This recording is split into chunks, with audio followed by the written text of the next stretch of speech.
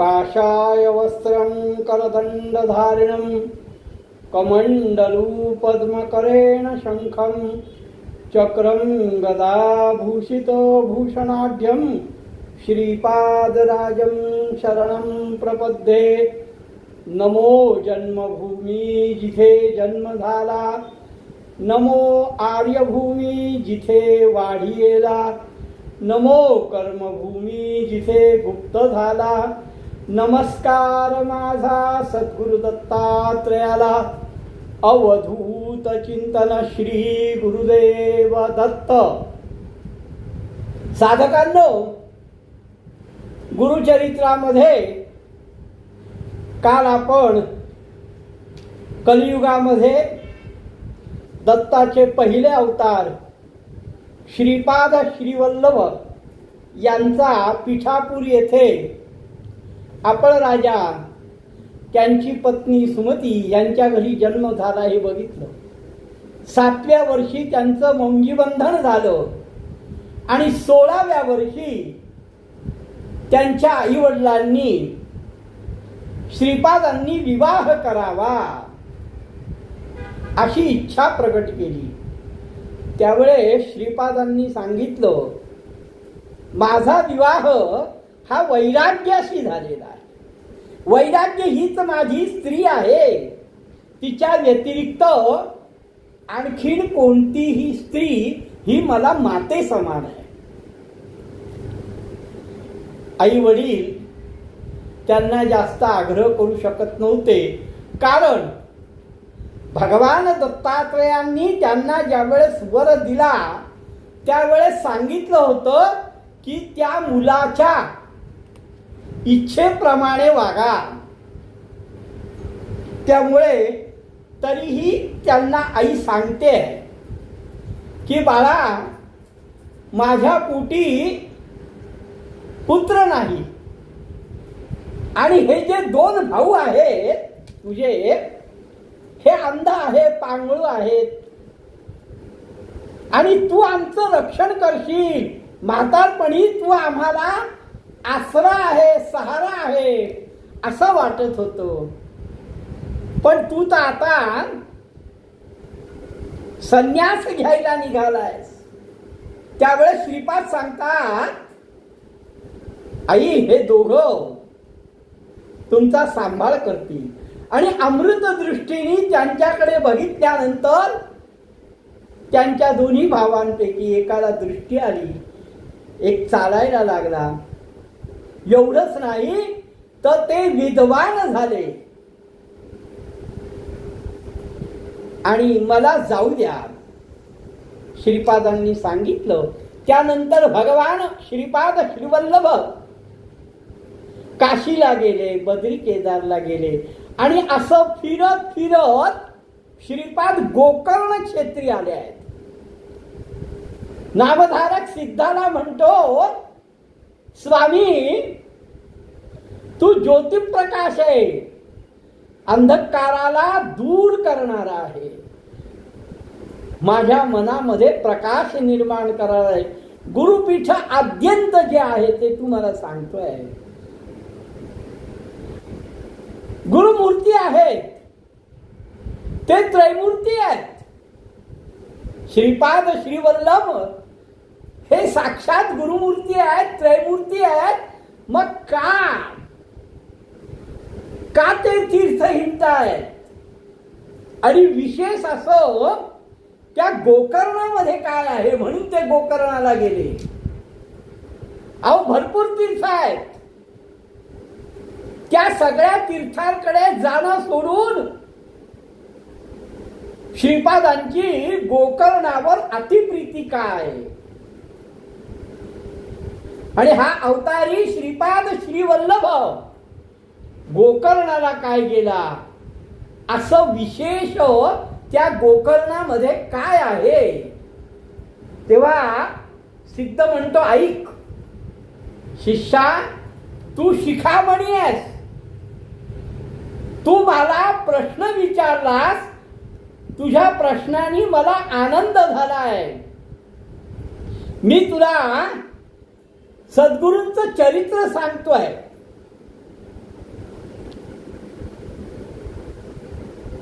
नामधारक पण सिद्धाला नमस्कार करून म्हणतोय, मलाही चरित्र ऐकण्याची इच्छा आहे. अतिशय प्रेमाने नामधारकांनी सांगितलंय, भगवंता आम्हाला सविस्तर विस्तारून सांगा. हे सिद्धा, हे योगी, हे तापसी, तुमची एक कृपा आमच्यावर होऊ द्या. म्हणून लागला चरणासी, नामधारक प्रीती करे. सिद्ध म्हणतोय, अरे तुझ्यामुळे मला लाभ झालेला आहे. कसला? तर गुरुचरित्र सांगण्याचा लाभ झाला आहे. माझ्याही मनात उत्कंठा वाढली आहे. हे त्रैमूर्ती श्रीपादांच्या रूपात अवतार घेऊन हिंडत हिंडत गोकर्णाला आले आणि तू आम्हाला गोकर्णाविषयी विचारतो. तीर्थ का हिंडतात विचारतो, तर लोकांच्या अनुग्रहा करता, भक्तजनांच्या हिता करता, भक्तजनांची संकट दूर करण्याकरता श्रीपाद श्रीवल्लभ तीर्थ हिंडतायत. भक्तांना दीक्षा देण्याकरता, भक्तांना उपदेश देण्याकरता. आणि विशेष स्थान जे आहे ते गोकर्ण आहे.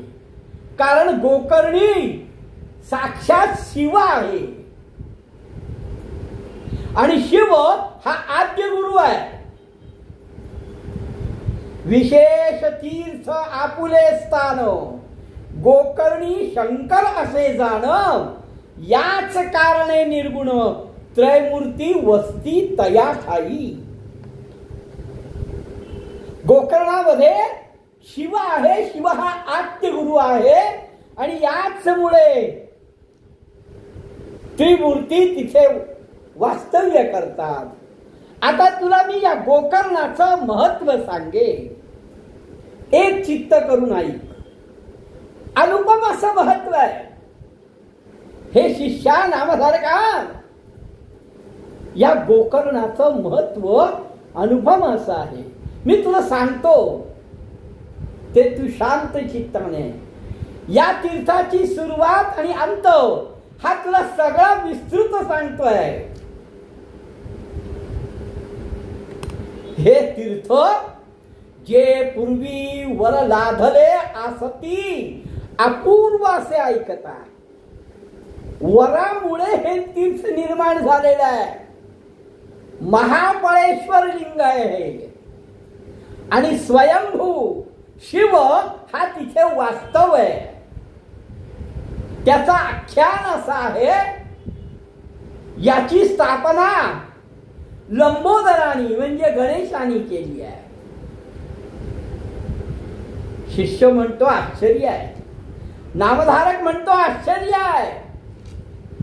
तू तीर्थ महिमा सांगतोयस आणि पुन्हा सांगतोयस विघ्नेश्वरांनी याची प्रतिष्ठापना केली आहे. ती कशी काय हे मला जरा सांग. सिद्धाला नमस्कार करून सांगतोय, तू एक एक गोष्ट हळूहळू सांगतोयस. एकीकडे हे तीर्थ महान आहे, शिव आहे, साक्षात शिवलिंग आहे, साक्षात शंकर तिथे आहे. आणि एकीकडे म्हणतोस याची स्थापना विघ्नेश्वरानी म्हणजे गणरायानी गणपतीने केली आहे. ते कसं काय? तेव्हा सिद्ध सांगतात, पुलस्त्य ऋषी होते, त्यांची द्वितीय पत्नी, तिचं नाव कैकया, ही अतिशय शिवभक्त होती. पुलस्त ब्राह्मणाची भार्या, नाम तिचे कैकया. ईश्वर भक्ती अतिप्रिया, शिवपूजा सर्व काळ. तिची शिवावर अतिशय भक्ती होती आणि सदा सर्व काळ ती शिवाची पूजा करत होती. नित्य करी शिवपूजन. शिवपूजन रोज करायची आणि शिवपूजन घेतल्याशिवाय अन्न ग्रहण नाही करायची, हा तिचा नियम होता. ही कैकया शिवाचं पूजन केल्याशिवाय अन्न घ्यायची नाही. असं करताना एक दिवस तिला शिवपूजे करता लिंग मिळत नाही, शिवलिंग मिळत नाही आणि आपल्या व्रताचा भंग होईल. शिवपूजा केल्याशिवाय अन्न खायचं नाही हे आपलं व्रत आहे आणि आज आपल्याला शिवलिंग मिळत नाहीये. मग आपल्या व्रताचा भंग होईल आणि तो भंग होऊ नये म्हणून तिने मातीचं शिवलिंग बनवलंय आणि अतिशय आनंदाने त्या शिवलिंगाची भक्तिपूर्वक ती पूजा करते आहे. तिचा पुत्र अतिक्रूर, तिचा मुलगा जो होता पुलस्त ब्राह्मणाची भार्या कैकया आणि तिचा मुलगा हा अतिक्रूर, काय नाव त्याचं तर रावण. तिचा पुत्र अतिक्रूर नामतया दशशीर, ज्याला 10 मुख आहेत. आला तेथे वेगवक्त्र, तो तिथे आलाय कशा करता तर आईच्या दर्शना करता. कारण हा शिवभक्त तो आहेच पण हा मातृभक्तही आहे आणि हा मातेच्या दर्शना करता त्या ठिकाणी आलाय आणि बघतोय. काय बघतोय? आपल्या आईला नमस्कार करला आणि म्हणतो कसली पूजा करतेस तू? आई सांगते बाळा रावणा दशानना, अरे मी शिवलिंगाची पूजा करते. कुठलं मृत्तिकेचं लिंग बनवलंयस? आईला रावण म्हणतोय माझी माता म्हणतेस. अरे मी दशाशीर आहे, मी दशानन आहे, मी रावण आहे. माझी माता म्हणतेस आणि कसलं मृत्तिकेचं मातीचं लिंग पूजन करते आहे. मुळात हाही शिवभक्त आहे पण तो आईला म्हणतोय तू कसलं मातीचं लिंग पूजन करतोय. त्यावेळेस ती त्याला सांगते अरे याचं पूजन केल्याने माझं व्रत पूर्ण होईल. मग तो तिला म्हणतोय याचं पूजन केल्याने फळ काय?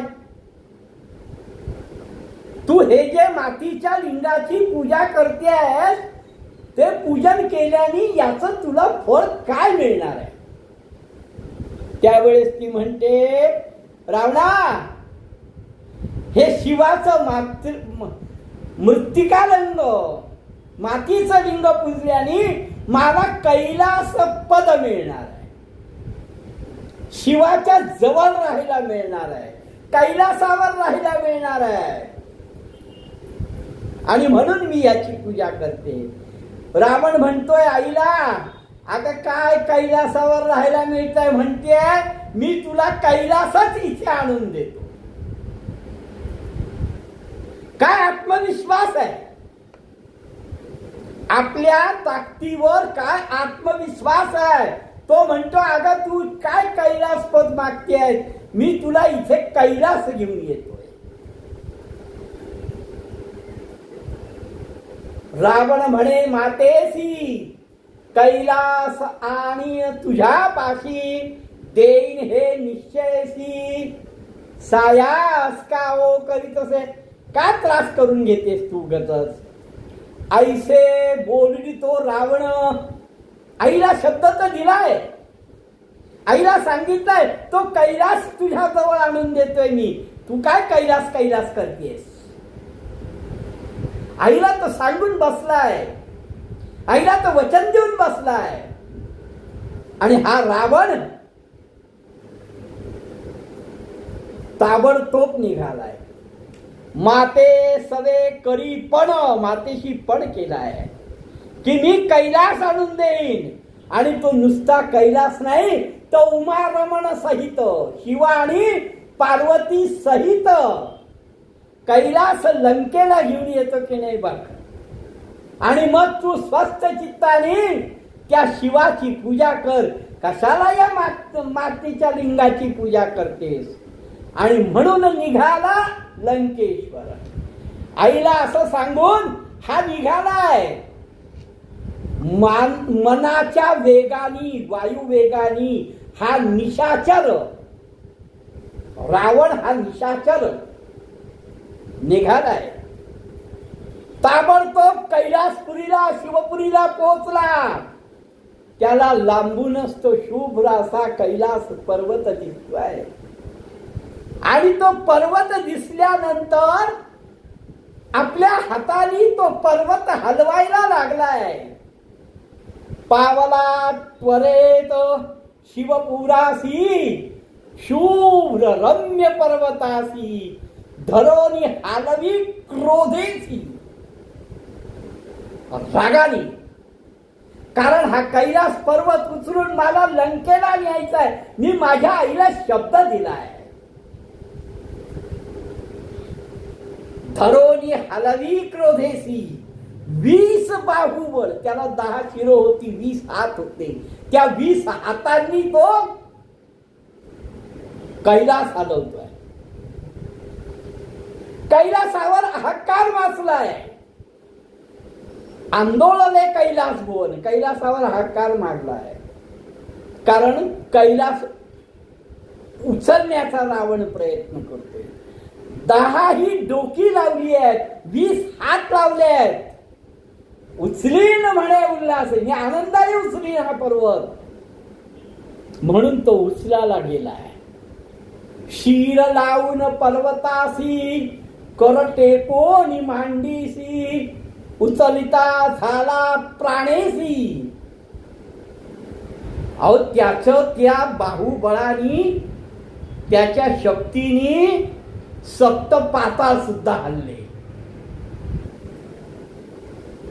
शेष आपला फणा चुकवायला लागला. कुर्म कासव घाबरलं. देवगण भयभीत झाले. इंद्राचं आमोरपूर पण कापायला लागलं. स्वर्ग भुवनामध्ये कंप निर्माण झाला.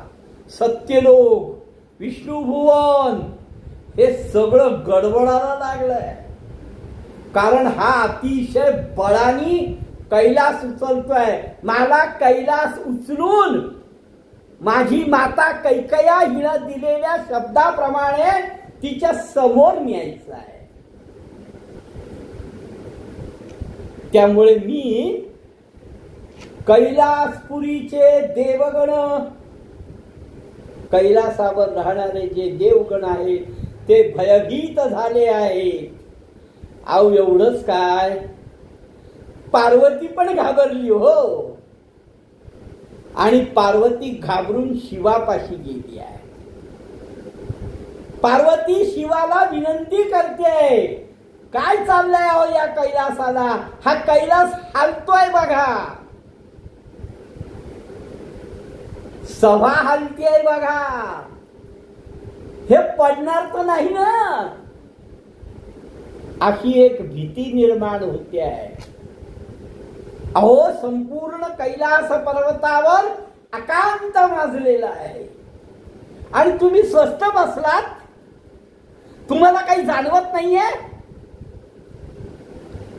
काहीतरी प्रतिकार करा. काय चाललंय बघा तर खरी. काय शांत बसलाय. अहो सभा हलतीये, अख्खा कैलास पर्वत हलतोय आणि तुम्ही शांत बसलाय.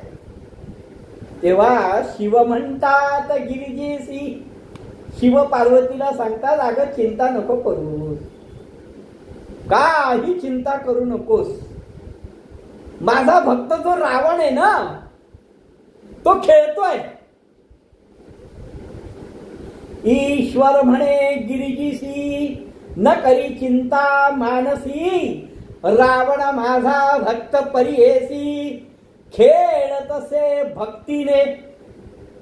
माझा भक्त रावण हा खेळतोय. शिवाला काही चिंता नाही आहे. आईसे शिववचन ऐकून ती एवढी घाबरलेली पार्वती आहे. ती भयभीत होऊन शिवा पुढे साकडं घालते. तर शिवा असं सांगतोय, ते ऐकल्यानंतर ती हात जोडते. हे महादेवा, हे शूलपाणी, आता आमचं रक्षण करा. तुमचा भक्त खेळतोय पण इथे आम्हाला त्रास होतोय. आमचं रक्षण करा, सगळ्या देवगणांचं रक्षण करा. ऐकोली उमेची विनंती. उमेने अशी विनंती केल्यानंतर, पार्वतीने अशी विनंती केल्यानंतर शंकराने रावणाचा डावा हात पायाने दाबला. रावण तडफडला आणि शिव शिव शिव शिव असा मनामध्ये उच्चार करीत रावण नतमस्तक झाला. शरणागता रक्षण करी.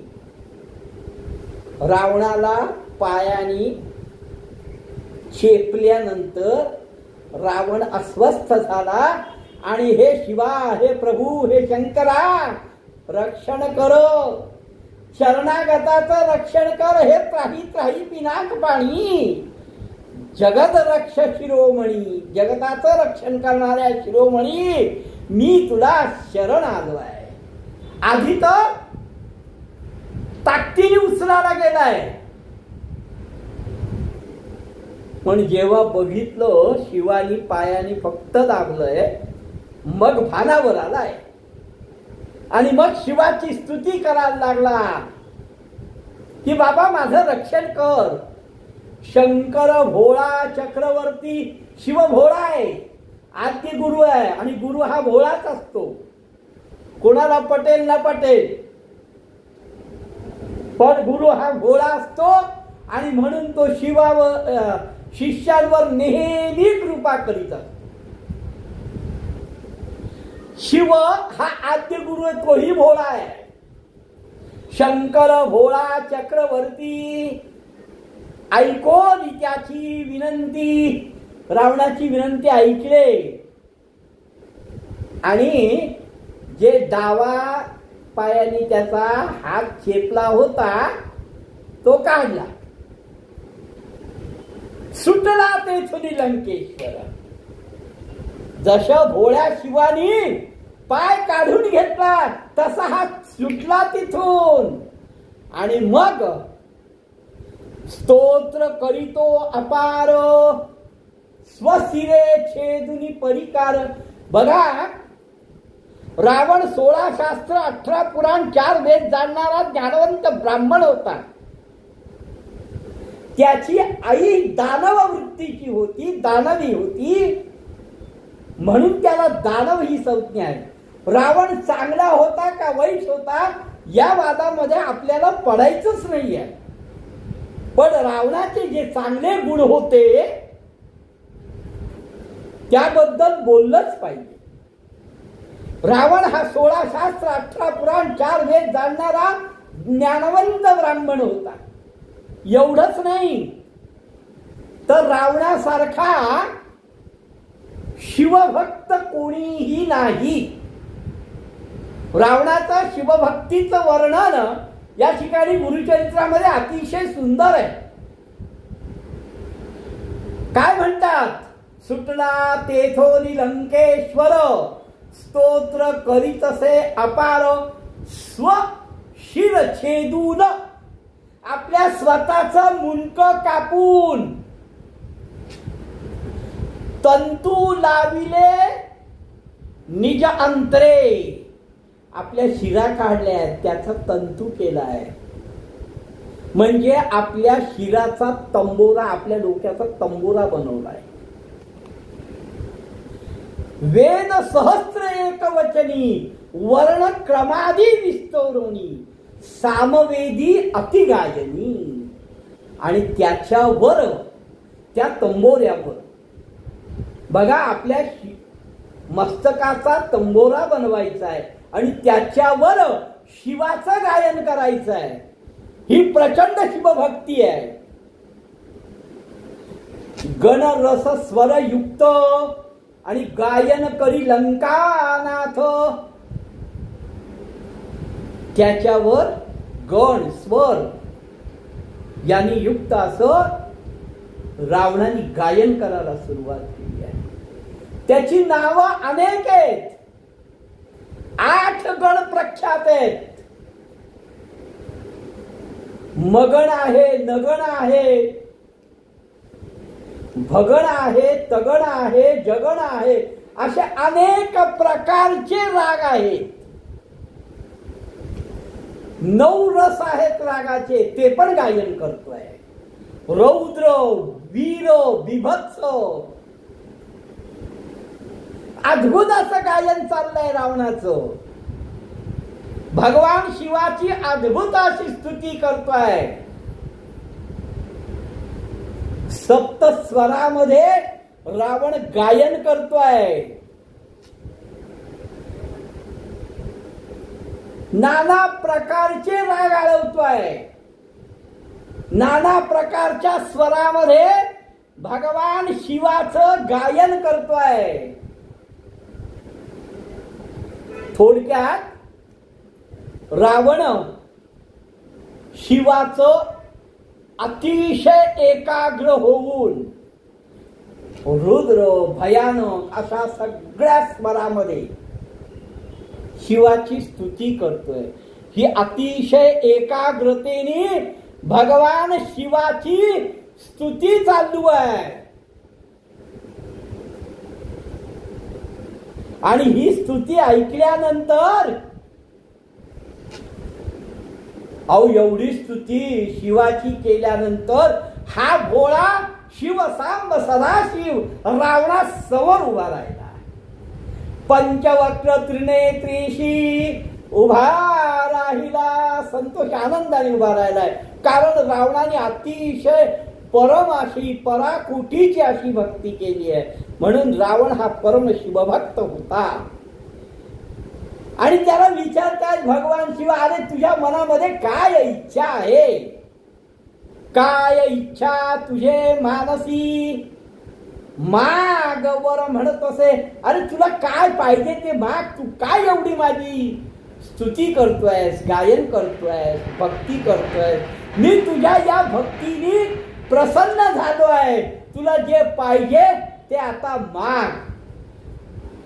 मग रावण शिवाला म्हणतो, अरे काय मागू मी तुझ्यापाशी? शिवाला सांगतोय, काय मागू मी तुझ्यापाशी? कारण लक्ष्मी माझ्या घरची दासी आहे. हा अहंकार आहे. तो म्हणतो लक्ष्मी माझ्या घरची दासी आहे. चतुरानन माझा जोशी आहे. 33 कोटी देव आनंदाने माझी सेवा करतायत. सूर्य, चंद्र, वरुण, वायू हे सगळे आनंदाने माझी सेवा करतायत. अरे अग्नी सारखा अग्नी तो पण माझी सेवा करतोय. आणि हा अग्नी काय करतोय तर माझे कपडे धुतोय. लक्ष्मी माझ्या घरची दासी आहे. हा अग्नी माझ्या घरातले कपडे धुतोय. 33 कोटी आत्या आनंदाने माझी सेवा करतायत. आणि यम तर माझा आज्ञाधारी आहे. माझ्या सांगितल्याशिवाय कोणाला मारत नाही. आश्चर्य आहे. इंद्रजितासारखा मला मुलगा आहे. कुंभकर्णासारखा मला भाऊ आहे. आणि समुद्रामध्ये माझं पवित्र असं स्थान आहे. तिथे कामधेनू आहे. ती सुद्धा माझ्या घरी आहे. काय नाहीये माझ्या घरी. आणि माझं आयुष्य 1,000 वर्षाचं आहे. 1,000 कोटी आयुष्य माझं. हे सांगणे न लागे तुझं. हे काही तुला सांगण्याची गरज नाहीये. पण मी इथे का आलो? अरे हे सगळं माझ्याकडे आहे. मी अतिशय भाग्यवान आहे. सगळं काही माझ्याकडे आहे. पण तरी मी इथे का आलो? तर कैलास नैन लंकेशी. आता मला हा कैलास पर्वत आहे, हा लंकेला घेऊन जायचा आहे आणि त्याच्या करता मी इथे आलोय. व्रत असे जननीसी. अरे आईचं व्रत आहे रे. मी मातृभक्त आहे. माझ्या आईचं व्रत आहे रोज तुमची पूजा करायची म्हणून. आणि मनोरथ पूर्वावे भक्तीशी. तिचं मनोरथ पूर्ण व्हावं. तू कृपा सिंधू आहेस. रावणाकडे एवढा असून सुद्धा तो शिवाचा परम भक्त होता. बरं, हात जोडले आहेत. माझ्या आईची इच्छा आहे आणि म्हणून कैलास न्यायला आलोय. बाकी मला काही नको रे.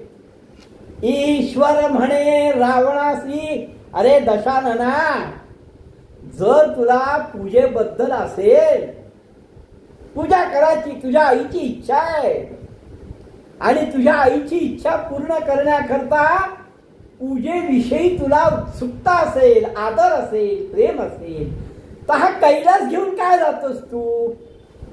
आत्मरंग तुझं देतो आता. अरे तुझी एवढी प्रचंड भक्ती बघितली आहे.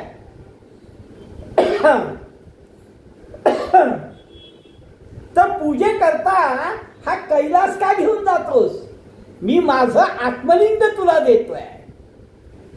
जे जे मनीची वासना पुरेल त्वरित ऐक जाणार. अरे तुझ्या मनातली जी जी इच्छा असेल, तुझ्या आईच्या मनातली जी जी इच्छा असेल, ती त्वरित पूर्ण होईल. हा कैलास नेण्यापेक्षा माझं हे आत्मलिंगच घेऊन जा. लिंग असे प्राण आपणा. हे लिंग नाहीये नुसतं, तो माझा प्राण आहे. आणि रावणाला त्यांनी आपलं आत्मलिंग काढून दिलं. याला म्हणतात भोळा गुरु. रावणाच्या भक्तीला संतुष्ट होऊन शिवानी त्याला आत्मलिंग काढून दिलं. पूजा करी वेळ तिने. आता त्यांनी काही नियम सांगितले. आपलं आत्मलिंग दिलंय शिवानी. म्हणजे काय रावणाची भक्ती असेल विचार करा. रावणाच्या भक्तीला प्रसन्न होऊन भगवान शिवानी महादेवानी आत्मलिंग त्याला द्यावं. म्हणजे त्याची भक्ती काय असेल. पूजा करी वेळ तिनी. ते आत्मलिंग देताना त्याला काही नियम सांगितले. त्यामध्ये म्हणतो 3 वेळा पूजा करायची. अष्टोत्तर शत जप करूनी 108 वेळा जप करायचा आहे. अभिषेकोनी रुद्राचा अभिषेक करायचा आहे. आणि हे सगळं मी नेहमी सांगतो त्या पद्धतीने एक चित्त. पूजा करी वेळ तिनी. अष्टोत्तर जप करूनी अभिषेकोनी पूजा करावी एक चित्ते. एकाग्रतेने, एक चित्तानी, स्वस्थ चित्तानी याची पूजा करावी. आणि वर्षे 3 वर्ष हे आत्मलिंग याची पूजन केली. मी सांगितलेल्या नियमासारखी याची पूजा केली तर तो स्वतः माझं स्वरूप होईल. म्हणजे तो स्वतःच शिवस्वरूप होईल. आणि मग ते जे जे त्याच्या मनात असेल ते त्याला त्वरित मिळत जाईल. हे लिंग असे जयापाशी. हे लिंग ज्याच्यापाशी आहे मृत्यू नाही गा परियेसी. अरे त्याला मृत्यूच नाही आहे. तुला 1000 वर्ष आयुष्य आहे.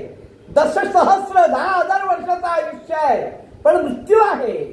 पण हे लिंग जर तुझ्या जवळ असेल तर तुला मृत्यूच नाही. हे लिंग असे जयापासी मृत्यू नाही परियेसी. दर्शन मात्रे महादोषी. उद्धरतीला उधारा. या लिंगाची आणखीन काही काही विशेषता शिव त्याला सांगतोय. त्याला लिंग देताना शिव त्या लिंगाची विशेषता सांगतोय. आणखीन शिवानी त्या लिंगाविषयीचे काय नियम सांगितले, काय नाही, हे आपण उद्या बघू. अवधूत चिंतन श्री गुरुदेव दत्त.